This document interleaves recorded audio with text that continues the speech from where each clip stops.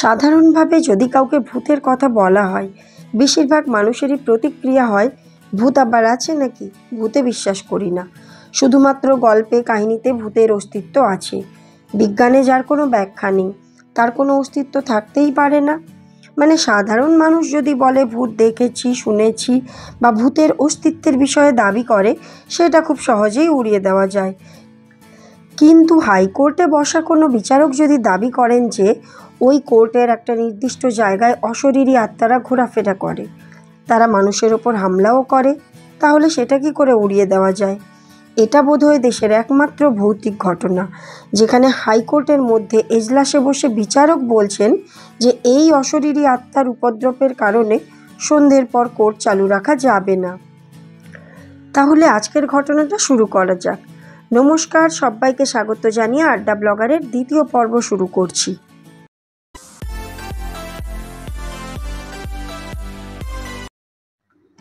1862 সালে আমাদের দেশে 3টি হাইকোর্ট তৈরি করেছিল ব্রিটিশরা, ক্যালকাটা, মাদ্রাস আর বম্বে, যার এখন নাম কলকাতা, চেন্নাই আর মুম্বাই।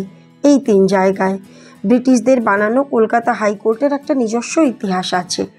রাজপ্রাসাদের মতো দেখতে ভীষণই সুন্দর বিলাসী বাড়ি হলো কলকাতা হাইকোর্ট।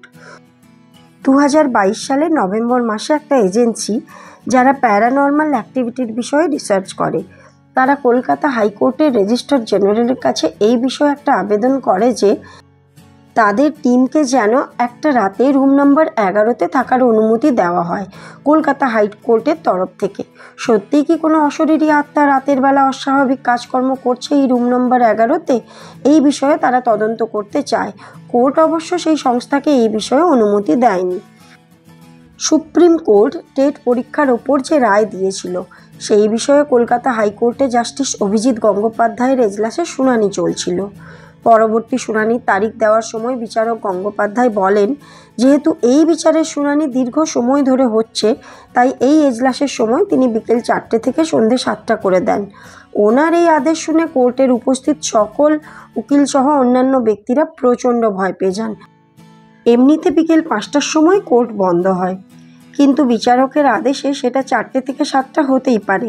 তার মানে এই নয় যে 7টাতে শুনানি শেষ হবে, সেই সময়টা আরও বেড়ে যেতে পারে। সেই কারণে উপস্থিত সবাই এত ভয় পেয়েছিল।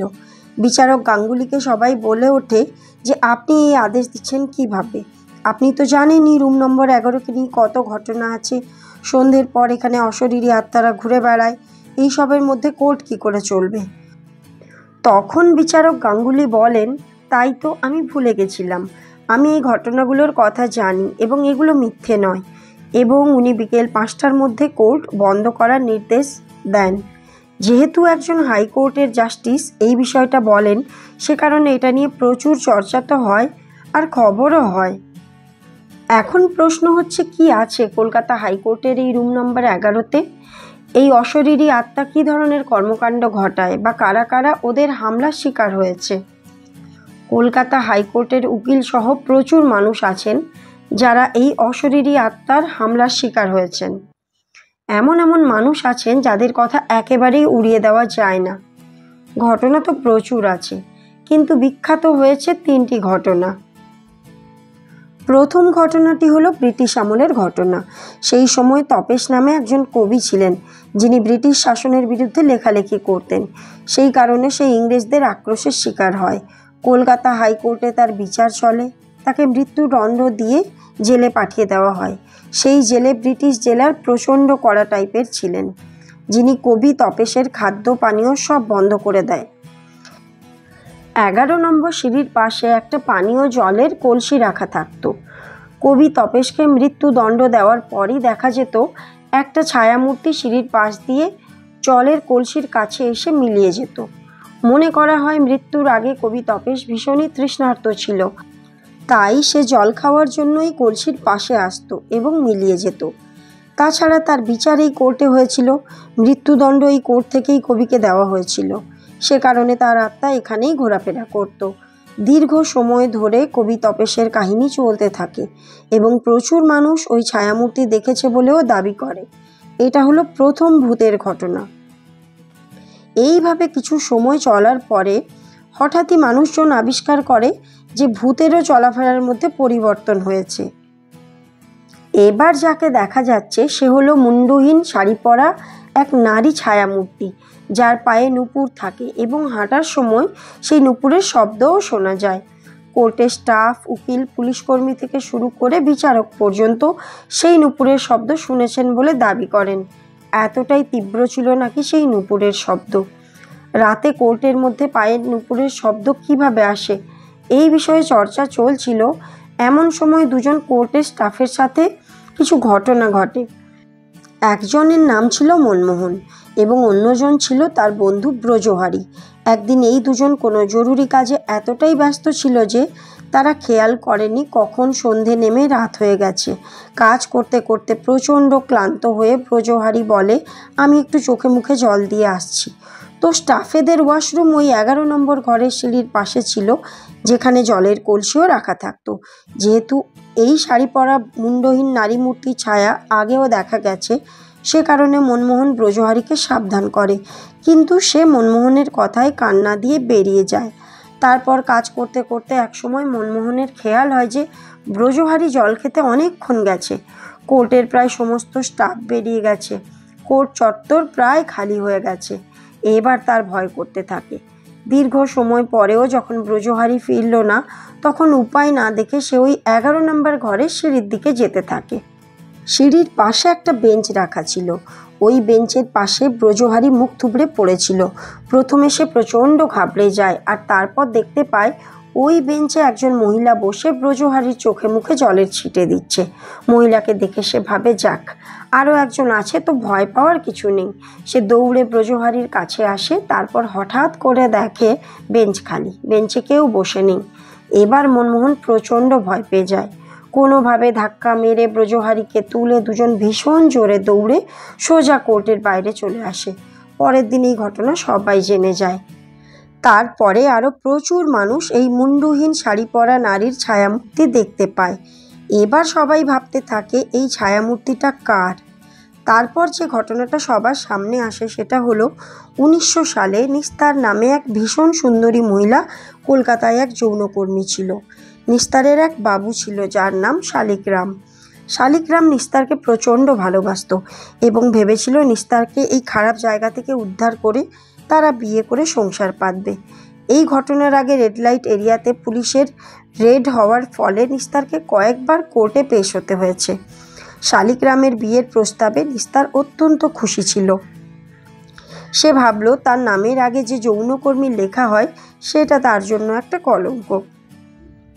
তো সে কোর্টে একটা আবেদন করে যে আমি এই পেশা ছেড়ে দিয়েছি, আমার নামের সামনে থেকে যেন যৌনকর্মী সরিয়ে দেওয়া হয়।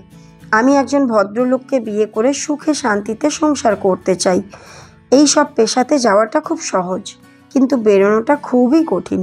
খুব স্বাভাবিকভাবেই নিস্তারের এই আবেদনের উপর প্রচুর প্রশ্ন উঠতে থাকে। এইভাবে তো বাকি সব যৌনকর্মীরাও সমাজের মূল স্রোতে ফিরে আসতে চাইতে পারে।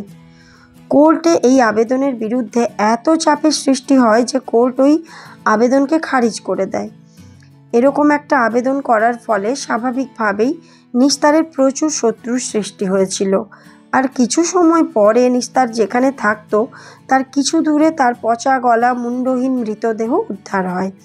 জামা কাপড়, গয়না এসব থেকে শনাক্তকরণ হয় যে এই মৃতদেহটি যৌনকর্মী নিস্তারের। নিস্তার কিন্তু সবসময় পায়ে নূপুর পরে থাকতো, আর তার কাঁধের থেকে আলাদা হওয়া মুন্ডুটা কোনোদিনই পাওয়া যায়নি। এই সব কিছু দেখে ঠিক হয় এই ছায়ামূর্তিটি হলো নিস্তারের। এই কোর্টে নিস্তার আবেদন করেছিল এবং সে বিচার পায়নি। একজন ভদ্রলোককে বিয়ে করে সংসার পেতে সমাজে মূল স্রোতে ফেরার ইচ্ছে পূরণ হয়নি তার ওপর কেউ তাকে নৃশংসভাবে মেরে ফেলে। সেই কারণে তার অতৃপ্ত আত্মা কোর্ট চত্বরে ঘুরে বেড়ায়। এবার আসবো তৃতীয় ঘটনায়। কোর্টের বিচারকদের নিজস্ব টিম থাকে। এরকমই এক বিচারকের নিরাপত্তার দায়িত্বে থাকা দুজন পুলিশকর্মী বসেছিল। সন্ধে গড়িয়ে বেশ খানিকটা রাত হয়েছিল সেদিন। ঘড়ির কাঁটা 8টার ঘর ছাড়িয়ে এগোচ্ছিল। বিচারক সাহেব তার কেবিনে বসে কাজ করছিলেন। দুজন পুলিশকর্মীর মধ্যে একজন ভাবে বেরোনোর সময় হয়ে এলো, তো ওয়াশরুম থেকে ঘুরে আসা যাক। আর ওয়াশরুমটা কোথায়? ওই রুম নম্বর 11-র পাশ দিয়ে ওয়াশরুমে সিঁড়ি গেছে। ওয়াশরুম থেকে ফেরত আসার পথে সিঁড়ি দিয়ে নামার সময় হঠাৎ সে অনুভব করে তাকে কেউ ধাক্কা মারল, আর তার পা টলমল করছে। সে সোজা হয়ে দাঁড়াতে পারছে না।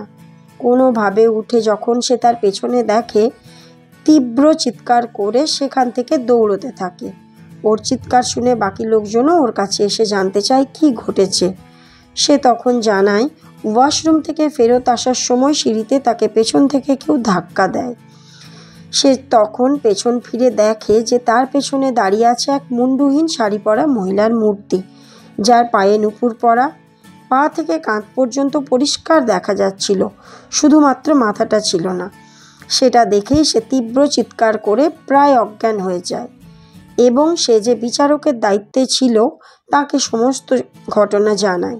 তখন বিচারক সাহেব এই বিষয়টাকে ভীষণ গুরুত্ব দেন এবং একটি আদেশ দেন যে এই রুম নম্বর 11 আর তার পাশের সিঁড়ির আশেপাশে কিছু পুলিশকে ডিউটিতে লাগানো হোক, যাতে ভুল করে অন্ধকারে কেউ ওদিকে না চলে যায়। তাছাড়া ভরা ইজলাসে বিচারক অভিজিৎ গাঙ্গুলির ভূতের বিষয়টা মেনে নেওয়াটাও এই বিষয়টাকে মান্যতা দিয়ে দেয়। কিন্তু কোর্ট প্যারানর্মাল অ্যাক্টিভিটি রিসার্চের সংস্থাকে কোর্টে থাকার অনুমতি দেয়নি।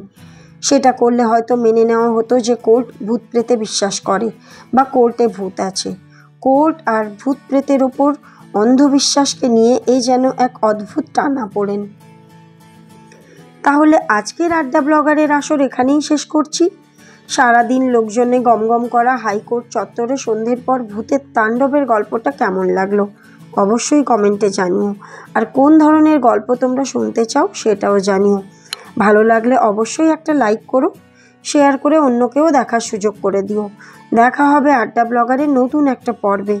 ফেসবুকে দেখলে পেজটাকে প্লিজ ফলো করো, আর ইউটিউবে দেখলে সাবস্ক্রাইব করো। ভিডিওটা সম্পূর্ণ দেখার জন্য আমি দীপান্বিতা সবাইকে অসংখ্য ধন্যবাদ জানাচ্ছি।